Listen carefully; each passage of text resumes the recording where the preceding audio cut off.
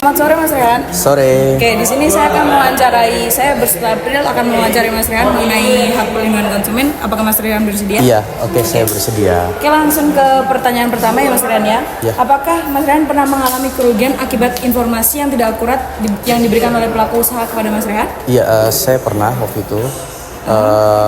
Ini dijelasin ya? Boleh silakan. Oke. Contohnya. Oke ya, waktu itu saya ditawari oleh sales raket. Waktu itu kalau nggak salah raket tenis.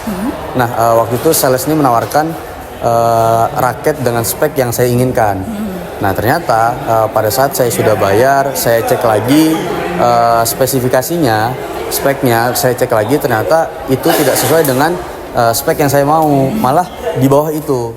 Langkah yang kamu ambil apa sih jika merasa dirugikan oleh pelaku usaha? Ya, tentunya pada saat waktu itu saya langsung melaporkan lah. Ini saya protes lah waktu itu ke ada manajerial di tokonya. Saya protes, ini kok kenapa menawarkan tapi tidak sesuai dengan spek yang saya inginkan. Padahal yang tadi ditawarkan itu sudah sesuai dengan spek yang sudah saya mau begitu. Oke.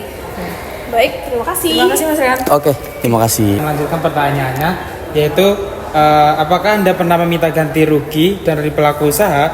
Jika ya, bagaimana prosesnya dan bagaimana tanggapan dari produsennya? Ya, oke.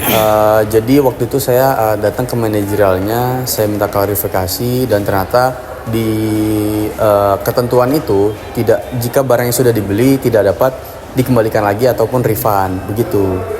Apakah ada penjelasan lebih lanjut dari produsennya? Kalau penjelasan lebih lanjutnya itu tidak ada. Pihak manajerial hanya menjelaskan apabila barang sudah dibeli tidak dapat dikembalikan lagi, begitu. Lalu saya mau bertanya, jika hak Anda sebagai konsumen tidak terpenuhi, apakah Anda berniat untuk mengajukan keluhan lebih lanjut ke lembaga terkait? Ya, pada saat waktu itu saya melaporkan ke pihak LPKSM, lembaga yang swadaya masyarakat itu. Saya melaporkan karena saya merasa dirugikan pada saat waktu itu. Saya melaporkan ke LPKSM dan setelah itu ditindaklanjuti oleh LPKSM, begitu. Pertanyaan selanjutnya, apakah saudara punya saran atau masukan untuk pelaku usaha? Ya, tentunya saya waktu itu langsung juga memberikan saran kepada manajerial dan manajemen dari toko tersebut. Ya, cobalah untuk jujur untuk menawarkan barang produk yang dijual dan berbijaklah kepada sales-sales untuk menjual barang-barang tersebut, begitu.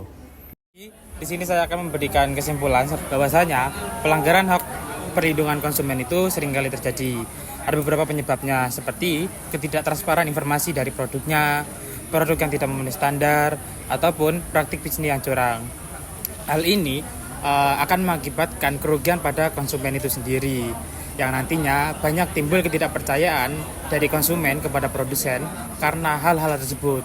Mungkin tidak satu dua hal terjadi, tapi itu membuat konsumen tidak lagi percaya bahwasanya banyak produsen yang curang tentang detail dari produknya. Solusi yang kita berikan untuk mengatasi masalah ini, yang pertama yaitu meningkatkan kesadaran konsumen, yang kedua memperkuat regulasi, dan juga konsumen harus peka terhadap pembacaan detail dari produknya. Serta untuk instansi yang menangani kasus seperti ini harus ditegakkan lagi sanksi terhadap pelanggaran tersebut. Dengan langkah-langkah tersebut diharapkan konsumen dapat terlindungi secara hak-hak dia, dan juga konsumen akan lebih percaya lagi kepada produsen. Hal itu akan membuat kita dalam hal jual beli. Mungkin itu saja dari kelompok kami. Mohon maaf jika ada salah kata. Terima kasih. Wassalamualaikum warahmatullahi wabarakatuh.